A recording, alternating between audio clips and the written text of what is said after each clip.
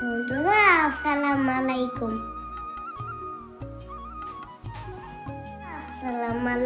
কেমন আছো? শুরুতে শুনতেই পেলে আমার বাহন শোনার কথা। আমি যখন আমার বাংলাদেশের কাছের মানুষগুলো ভিডিওগুলো শুরু করি, তখন শুরু আর শেষে তো তোমরা সবাই বলো আসসালামু আলাইকুম। তো ও তো সবসময় আমার সঙ্গেই থাকে, পাশেই শুয়ে থাকে, তোমাদেরকে বলি, তার জন্যই আমি গুছিয়ে কমেন্ট করতে পারি না। তো সম্পূর্ণটা দেখে আমার সঙ্গে সঙ্গে আর শোনে। ওটা শুনে শুনে জানো তো ও একা একাই বলছে বন্ধুরা আসসালামু আলাইকুম। তো আমি ভাবলাম একটুখানি ক্যাপচার করে তোমাদের সঙ্গে শেয়ার করি। আশা করি তোমাদের ভালো লাগবে প্রত্যেকেরই। তো ও কিন্তু এখন কথায় কথায় কটা দিন থেকে খেলছে আর এই কথাটাই বলছে, বন্ধুরা আসসালামু আলাইকুম, এরকম বলতেই থাকে। তাই একটু তোমাদের সঙ্গে শেয়ার করলাম আর কি। আর দেখো, দেখতেই পেয়েছো আমি একটু অন্যরকম করে পরোটাটা বেলেছি। তোমাদেরকে থাম্বনেলে বলেছি আজ হয়নি কাল হবে, আবার চেষ্টা করব। তো আমার বাংলাদেশের প্রত্যেকের ঘরে দেখি পলি লাইফস্টাইলের পলিকে দেখি, আমার শিশিরকে দেখি, আমার রেহানা মেয়েকে দেখি, অনেকের চ্যানেলে দেখি এত সুন্দর সুন্দর পরোটা বানাও তোমরা, দেখলেই লোভ লাগে। কিন্তু আমি তো বানাতে পারি না। আমি তোমাদেরকে কিন্তু কমেন্ট করেও বলি আমার দ্বারায় হয় না এভাবে। আমি একদিন আমার বড় মেয়ে রেহানাকে ফোনেও বলেছি, মা গো আমি পারি না, তোমরা কি সুন্দর বানাও। আমি শিশিরকেও বলেছি। তো আজ আমি ট্রাই করলাম। আসলে কি বলো তো, একা থাকি তো, আমি পরোটা করে কে খাবে করলে, তো একার জন্য করতেও ভালো লাগে না, তো সেই জন্য করি না। তো এখন মা আর মেয়ে যেহেতু আছে, সকালবেলা একটু করতেই হচ্ছে ব্রেকফাস্ট, সেই মতোই আমি ভাবলাম যে না, আজ আমি শিশির রেহানা মেয়ে বা সবার মতো একটু ট্রাই করব। তো সত্যি কথা কি হয়নি, তোমাদের পরোটাগুলো যখন দেখি তাওয়াতে ভাজো তখনই আমার খুব লোভ লাগে, এত সুন্দর হয়। তো আমারটা হয়নি, তাই বলেছি আজ হয়নি কাল হবে, আমি আবার ট্রাই করব। কিন্তু খুবই ভালো লাগে আমার এটা, মানে পরোটাটা দেখতে এত ভালো লাগে না, তোমরা যে বানাও খুব ভালো লাগে, তাই সেটাই কিন্তু আমি ট্রাই করলাম। আর তার জন্যই কিন্তু আমি থাম্বনেলে বলেছি যে আজ হয়নি কাল হবে, চেষ্টা আমি করেই যাব।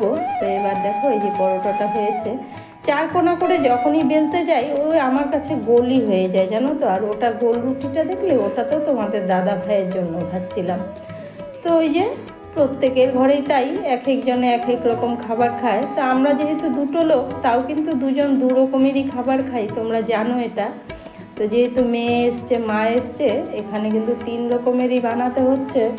আমার মা যেটা খায় ওটা আমরা খাই না, মা যেটা খায় ওটা আবার তোমাদের দাদা ভাইও খায় না। তোমাদের দাদা ভাইয়ের তো একদমই আলাদা, তো মায়ের জন্য আলাদা করতে হচ্ছে, আমাদের জন্য আলাদা। আমি তো ব্রেকফাস্ট খাই না, তোমরা ভালো করেই জানো। তো যেহেতু ওরা এসছে, বকাবকি করে করে ওদের সঙ্গে কিন্তু একটু একটু কটা দিন থেকে খাচ্ছি। মনটা খারাপ লাগছে, আজ ভয়েসটা দিচ্ছি এখন। আর ভিডিওটাও আজকেই যাবে তোমাদের কাছে, আজকে বিকেলে কিন্তু ওরা চলে যাবে আর কি, তাই তার জন্য মনটা খুব খারাপ লাগছে।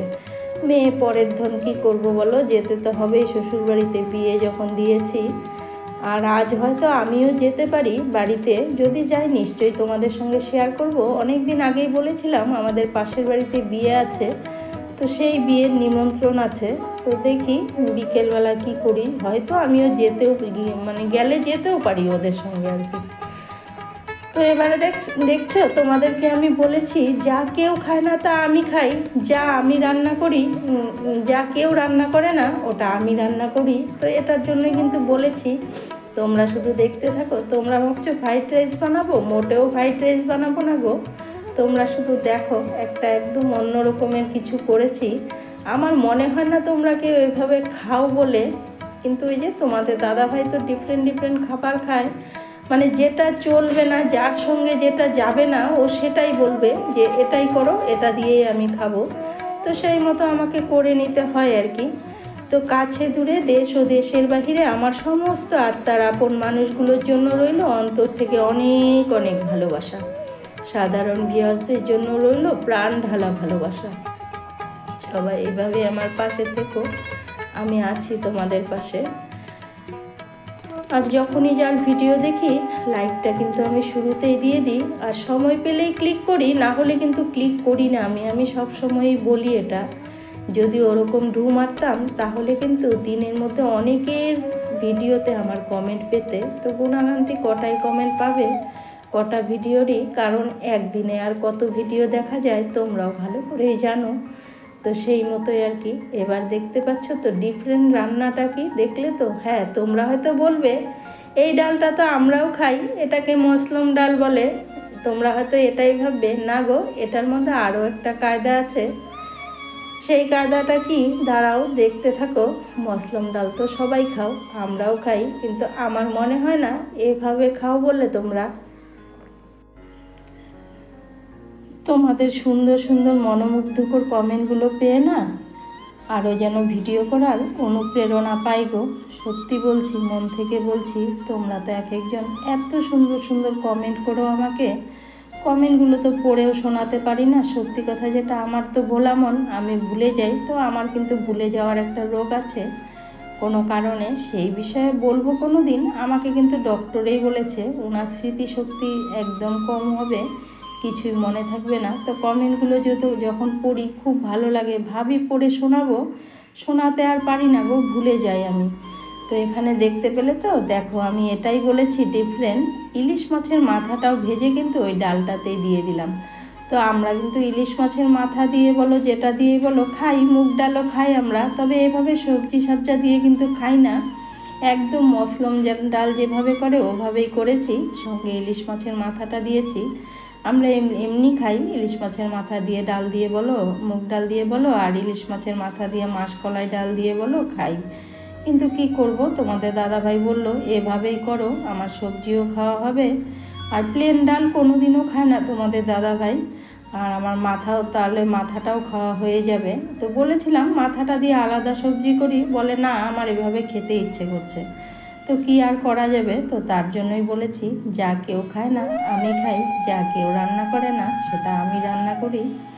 তো দেখো এবার একটুখানি জিরা ভেজে নিয়েছিলাম, একটু ভাজা জিরা আর একটু আদা, দু একটা এলাচ বেটে নিয়েছি আর কি, বেটে তারপরে দিয়ে দিলাম। তো ওইটুকু মশলা তো আর মিক্সিতে হয় না, সেটা আর তোমাদের সঙ্গে শেয়ার করিনি। ওই মশলাটা আমি পাশের বাড়ির থেকে পাটায় করে কিন্তু বেটে নিয়ে এসেছি।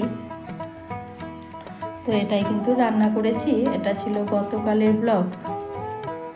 তো আর বাকি রান্নাগুলো সেরকম করে তোমাদের সঙ্গে আর কিছু শেয়ার করিনি, এই টুকিটাকি করেই করেছি।